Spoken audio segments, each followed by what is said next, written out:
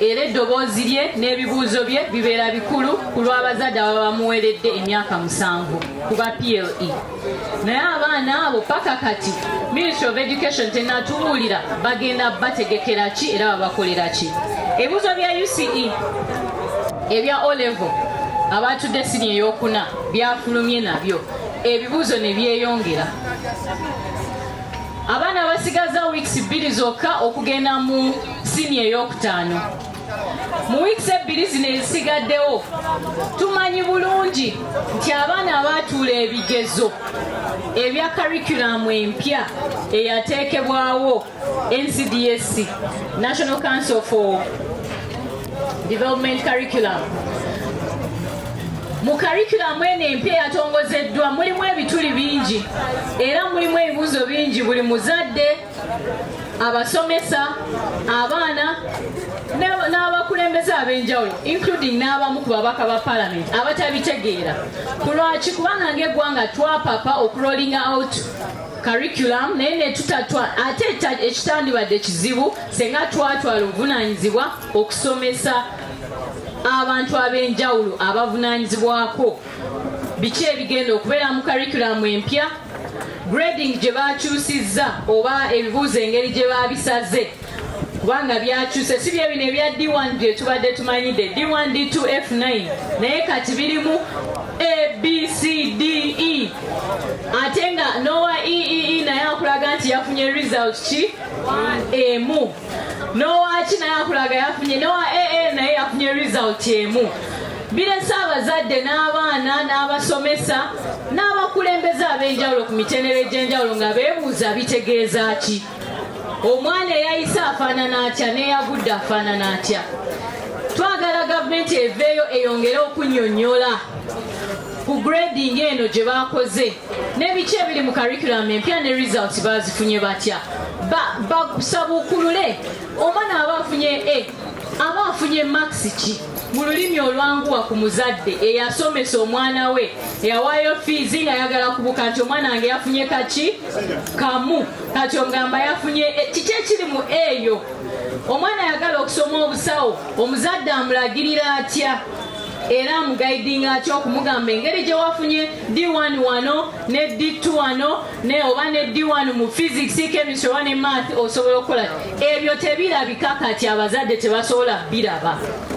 Tubasomese bamanye ekyokukola, bamanye n'engeri gye basobola okuwa amagezi abaana baabwe abeeyongerayo ku mutendero gw'enjawulo. Ekyo kimu. Ekyokubiri, abaana bagenda tandika ebibuuzo mu weeks 2. Abakoze curriculum empya mu A-level mu siniya ey'okutaano balina okubanga bakola curriculum empya kubanga bagenda tambuza curriculum 2 empya neki n'enkadde. Si mpanvu kubanga ffe ng'abasomesa tumanyi nti ebintu ebimu bizibuwala. Olaba mu O-level paka kati abasomesa abamu tebannatuuka ku acceptance stage. Basindike basooka ne babikayaniramu ne babigaana ne batya ne bakola ki, naye okusomesa ne kubayambako okusomesa abaana baffe. Naye kati tubaweereza abaana abeeteeseteese wansi naye nga waggulu gye bagenda teri gezi. Ekyokusatu era ekisembayo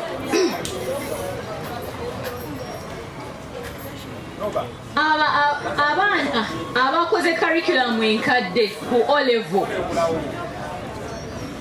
abamu ku bo abagudde abaana 1,600 kubatuula ebibuuzo kubana kenda abatuula ebibuuzo abakola saaba register nga kyanjawulo okwewandiisa okukola ebibuuzo n'okutuula ebibuuzo bikola ki byawukana. Kubana akenda abatuula ebibuuzo abaana 1,600 bagwa. 1,600 ministry y'ebyenjigiriza yavuddeyo netugamba nti tebagenda kuddamu era tebalina we bagenda batuuza. Omwana yandyagadde okweyongerayo ku mutendera ya A-level ng'eggwanga tumuteekedde ki? Kitegeeza nti tulina abaana betugenda okugrooming betutendese ng'eggwanga bagenda okubeera bakireereesi.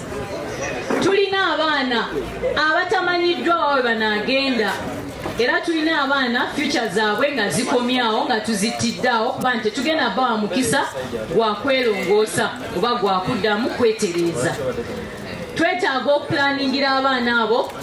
Tuvuddeyo ng'abakyala bano okusaba gavumenti n'okugigamba nti bafune wawe banyiga abaana bano, babafunire ekyokukolera kubanga kigenda kuba kiswaza nnyo, kimenya n'emitima gy'abazadde okulaba nga tebalina kye bakoze. Ensonga ey'okubiri gye tugenda okwogerako eya Supreme Court ruling ne General Court Martial balina bwe bawozesa mu kooti z'amagye. Ezo ensonga bagenda kwogera ozimenyaamenya, naye nga ekisinga okunakuwaza essaawa zino tutulina abantu baffe abali mu court martial, aba NUP abakwatibwa ne basibibwa nga bawozesebwa eyo mu butali butuufu, nga kwotadde ne Dr. Kizza Besigye ne munne Dr. Obed. We twogerera kati abo bateekeddwa okuba nga baateebwa okugibwa mu General Court Martial. Naye Kizza Besigye twamulabye nga bwafaanana, twagala gavumenti eyagala kuddamu kuleeta wano nsonga za Ssegirinya, kuttira abantu baffe ab'omugaso ab'omuwendo mu makomera nga baganye n'okubata newankubadde nga Supreme Court naye ekoze eki egambye nti bateebwe.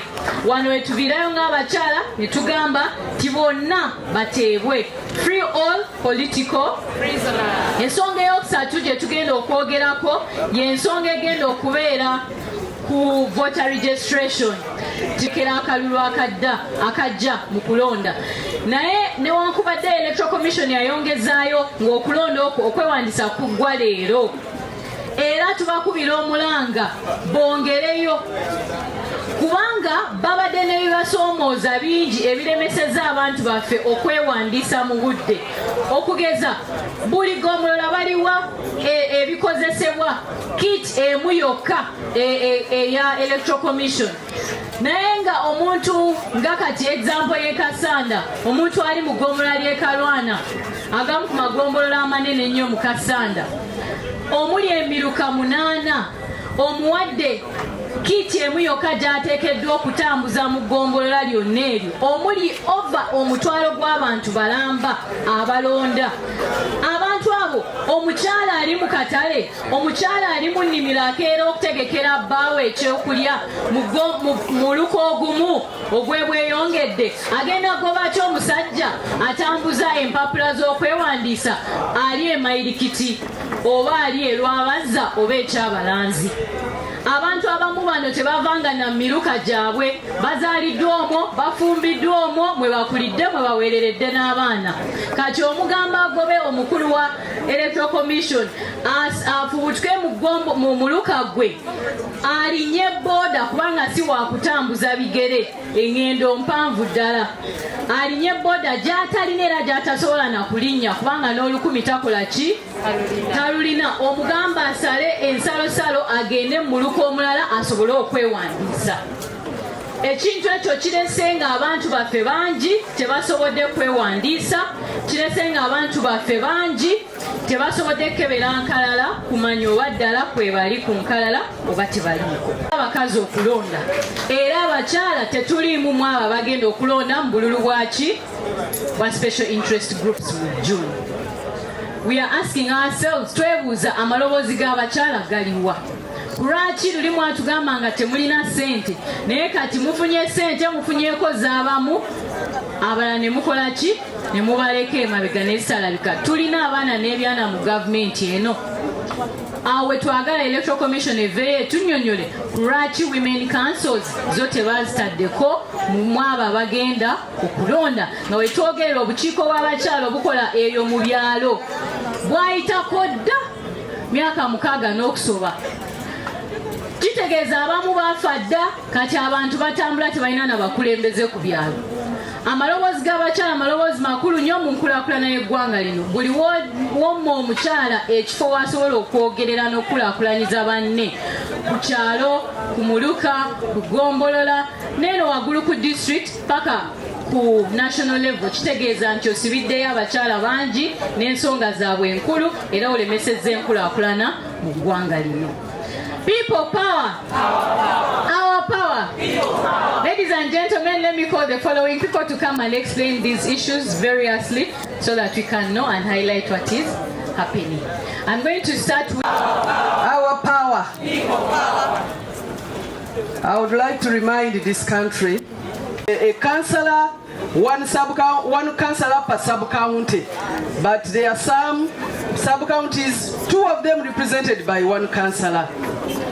Then the voter verification, online verification, was not lined up with the physical verification. If I checked my votability online, there must have been a procedure for me to approve without physically going to register, the physical register. But here we are, you check yourself online, but you still have to physically to the registration point to tick yourself that I'm still alive, that I'm a voter, that I'm available. So based on the women's poor mobility and a lot of activities, reproductive activities in their households, it has become very difficult. And then our populations at the polling centers, we are calling on equitable distribution of voters at polling stations. You find that a polling station has more than 400 voters. And this one now delays the votability. That is why, for example, here in Uganda, the votability was at 60. Because if we are to calculate that a voter spends 5 minutes in a polling, at a polling station, for omuntu bwaba wakumale minutes 5 eddakiika 5 walondera abalonzi bina tuba twetaaga essaawa 33 so nga ate amateeka g'okulonda gatuwa essaawa 10 kitegeeza muba mututemyeko mu bugenderevu obutamaliriza kulonda. Tusaba Electoral Commission ekyetegereza omulundi guno nga tumaze okuverifyinga abanaalonda buli awali abasukka ebina polling stations zitemwemu abakyala baffe basobole okutwala obudakiika obutono nga bazze okulonda ate tulonde mu bungi. Ku lwa Katonda n'ensi yange ayisa abasajja Kabaka wangaala. People power. Our power. Account to our people. Because they bring in the money we take as capitation, they bring in the money as taxes that we use to build classrooms. There is a gap, and this government is intentional, killing education. When you kill education, you kill the future human resource. I call upon all of you to stand and we demand. The reason why we are here is for us to understand what is going on. We tell our other women everywhere in the markets so that they can stand and demand. Honorable Flavia has informed you about the competence-based curriculum in the secondary school. This curriculum was launched 4 years ago. The government has had 4 years to bring in the USE, HSC curriculum that continues from those 4-year cohort learners. But this government has failed. Ladies and gentlemen, there is no curriculum for our learners who have just graduated from UCE. Are you aware? The Uganda National Curriculum Development Center has been demanding for 13 billions to roll out a curriculum, to give it to the trained teachers, put equipment in school so that our children can learn. Do you know how much goes to State House on a daily basis? So we have substituted education to facilitating a family, one family, that has become a liability for our country. Ladies and gentlemen, you must understand that a person who kills education does not mean well for Ugandans. We must demand that this dictator gets out of office with his family. It is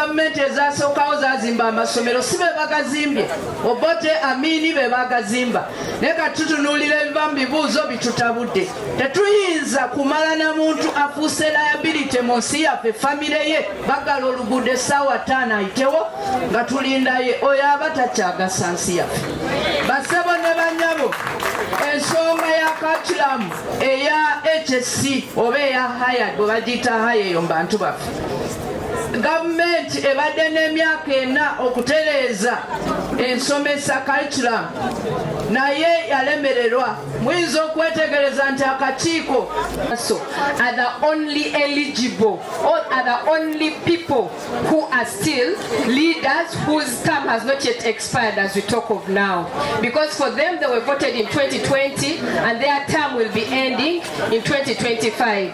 So any young woman there who does not have women to work within the Women Council, the work has become more difficult, and as young people, we are also calling out to Electoral Commission and this government to take women issues very importantly and have Women Council elections held during these general elections. That will even be easier because their term will always be corresponding with other terms of offices. I am Maria Ledokwaska Natavi, the Secretary for Youth in charge of Eastern Uganda, and I'll be speaking about the youth elections that are upcoming. You've seen us mobilizing you, our good leaders, and all people, especially the young people, to go and ensure that they are registered.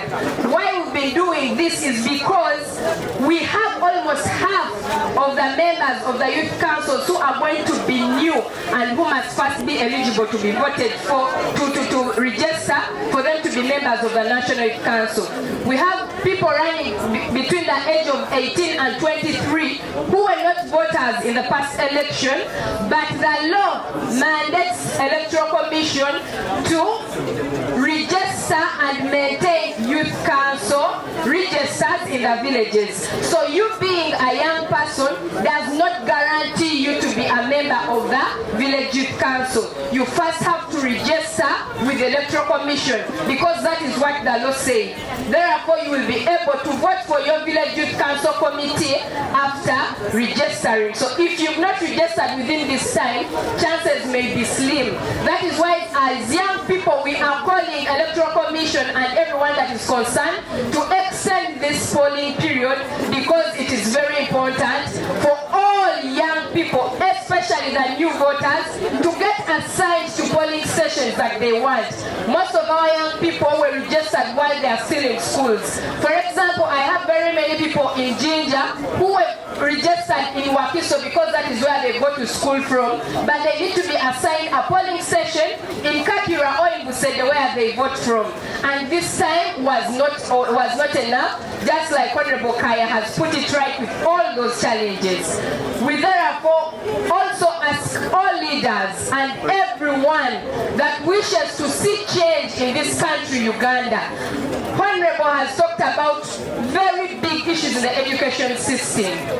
This education majorly affects young people, and we've seen this government cannot plan for us anymore because whichever plan they bring, the plan they bring is to fail us. I'll give you an example. The UPE program they run, they're already saying, let everyone pass, but at the end, the quality of students or the quality of pupils we are producing abavubuka ebisinga bungi, especially abavubuka abawala oba abaguna ebitwafectinga bwe tuba n'obukiiko bw'abakyala obuzirawo kuba ekisanda kyabwe kyawaawo. Kitegeeza nti abavubuka abawala bazira abantu bajjakola nabo kusoosawaza nsonga n'abakyala, era buzibu gye tuli. Era tusaba Electoral Commission eteewo obululu bw'obukiiko bw'abakyala mu kalulu kano ke tuli kweta general elections. Era nga ku nsonga eyo n'endala ey'abavubuka okuboneka nga bakola, tuli kukunga abavubuka okujja okwewandiisa. Aye saawa lino ekiseera kibaire kitono era abavubuka bona tibasoboire kukungibwa, abandi tibasoboire kwewandiisa olw'emiziziko ed'endawulo demukoze eki demuboine era demugeire ku wano. Abavubuka abayako okutandikira ku myaka 18 n'emyaka 3 tibasobole kwewandiisa ate nga kakwakuliza okuba nga weewandiisisa n'Electoral Commission okusobola okuboneka nga weenyigira mu by'okulonda eby'abavubuka. Era nga tulisaba nti batwongere obwire tusobole okuboneka nga tukyuse eggwanga lino bwe tutandika n'akalulu ako ak'abavubuka.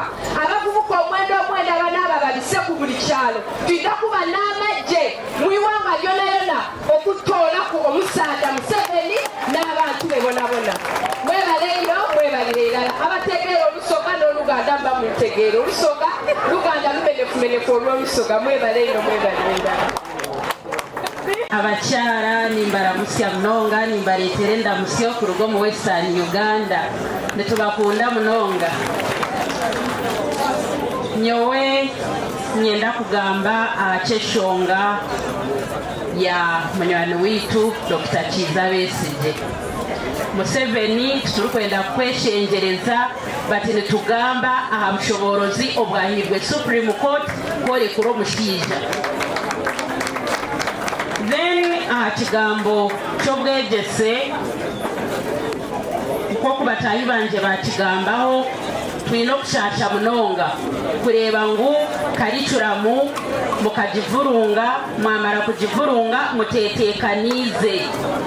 Abaana bashomiire emyaka 4 muri kukimanya muribaza kuza HSC bahita kuza HSC mutine kimuteekaniize omukaricuramu eyi bari kuzamu. Turi sure yana baguma omukaricuramu enkuru ninga nibaza kuguma omunsya. But nekitali ekyo, I would like to put this across that even when you were transitioning into the competence-based curriculum, we weren't prepared. We were not given enough facilities. The schools do not have the infrastructure that would give ability for individual handling of children even as they are trained in the new curriculum. There are schools that are really overcrowded where we cannot really excel in that performance. It's annoying that there are trees that still are counted as classrooms. We need to purposely budget for the education and give it the utmost attention that it requires. I call upon teachers, parents, stakeholders, students, and whoever to join the team. Let's protest against the education that is crumbling. Let us come up in big numbers and inform Museveni. I don't know what qualifications he has to prepare for the education of this country. I do not know what qualifications the Minister of Education has to plan for our children, but as a mother, I'm concerned about the education of our children.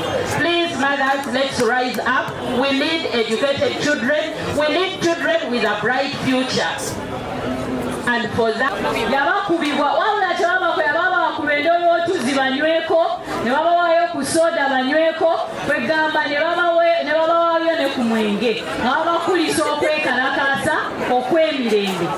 Naffe ng'abakyala ba Nuupu tuvuddeyo ne tuwandiikira IGP, Inspector General of Police, nga tubagamba ne tuwandiikira ne Speaker wa Parliament nga tubateeka ku notice era nga tubategeeza nti ku lunaku lwa bbalaza ejja ng'ennaku z'omwezi 24 omwezi guno ku ssaawa 4 twetegese okutambulira nga tutandikira wano okwekalakaasa okw'emirembe nga tugenda ku palamenti eggwanga eno okutwala okwemulugunya kwaffe ewa Speaker wa Palamenti eno okumutegeeza ku bantu baffe 18 abakyavundira mu makomera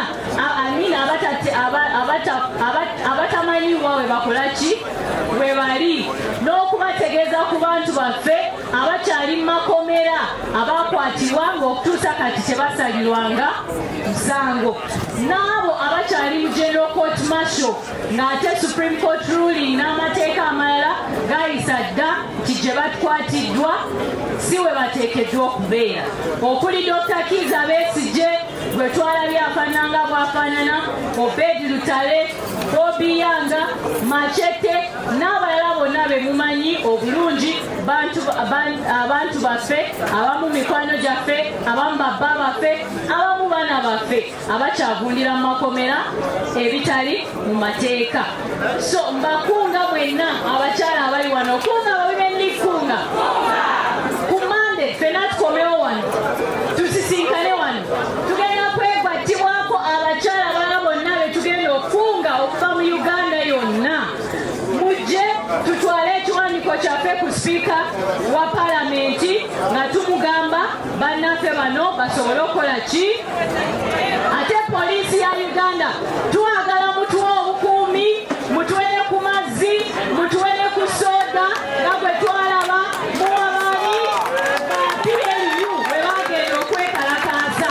Naffe mutulire ku manvuuli mutubikkeko ng'akasana katukola ki.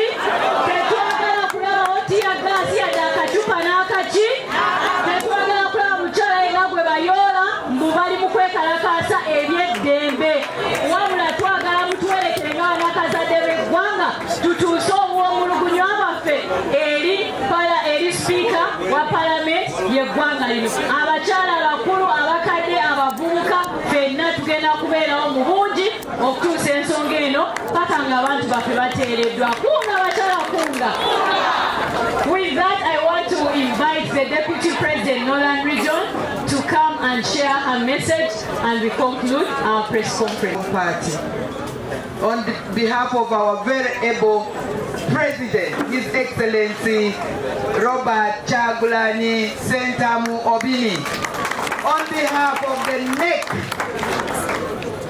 under whose authority we are here, on behalf of the mobilization, I saw our mobilization secretary, we have been mobilized extensively, and I want to thank all of you present. You have left everything aside and patiently listened and advised. People were even saying, add HIV. People are saying, no, this is not gobe, we are cooking. We are not cooking gobe, we are passing a message. You understand? So that is how accessible and flexible and how informed we are. Three things of SOCA. The first one, voter registration is very important. Why is it being done very maliciously and selectively? We demand that this exercise is transparently executed.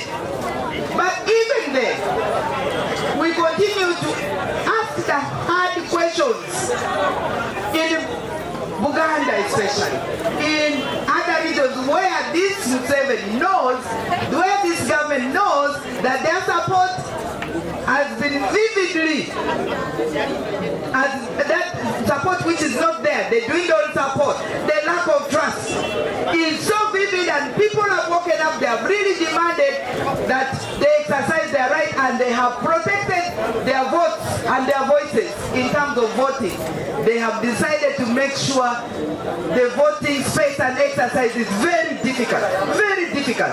400 plus people, voters, and checking alone, even just checking the voter register is a very, very big hurdle. People are so constrained. The timing, very malicious. But even within that, we are going to arise. We need to continue to reinvent ways to participate, and our voices are reflected. Please check your name, and if there are any hurdles, please bring it to the attention and the office of the Women League, because we'll do whatever is necessary to ensure we participate in a level ground. We youth, we totally are with you, because we were also as youth. Now we are youth mentally, isn't it? Yes. So we need to document this exclusion. We need to document this stifling of our voices, we need to reclaim our voices by right. The second issue we spoke about, and which we intend to highlight even more, is about running for the offices. Women, we must run and run and run in all possible. It is very important. Let's run this race in complementarity. Let's paint all the spaces available red. No, without fear, without favor, but with affection and in complementarity. Run. Then finally, the issue of the gross abuse, continued gross abuse of human rights. The Supreme Court, among other very, very many avenues, Ugandans tried to stop the continued illegal space occupied by the court martial in terms of trials. Actually, it was the Attorney General who appealed against the decision of the Court of Appeal in 2021. This year, that is January 31st, a Supreme Court landmark ruling was delivered for Ugandans. The result is what we want to hear, not legal jargon, not excuses that we need how many files from where. All we just want is our people released. Simple. Because they are being held illegally. What is illegal is illegal. You cannot start saying, now we are getting the file, they need to be transferred before the magistrate or the other judges. What is wrong is wrong. We demand, as the women of Uganda, unconditionally, immediately,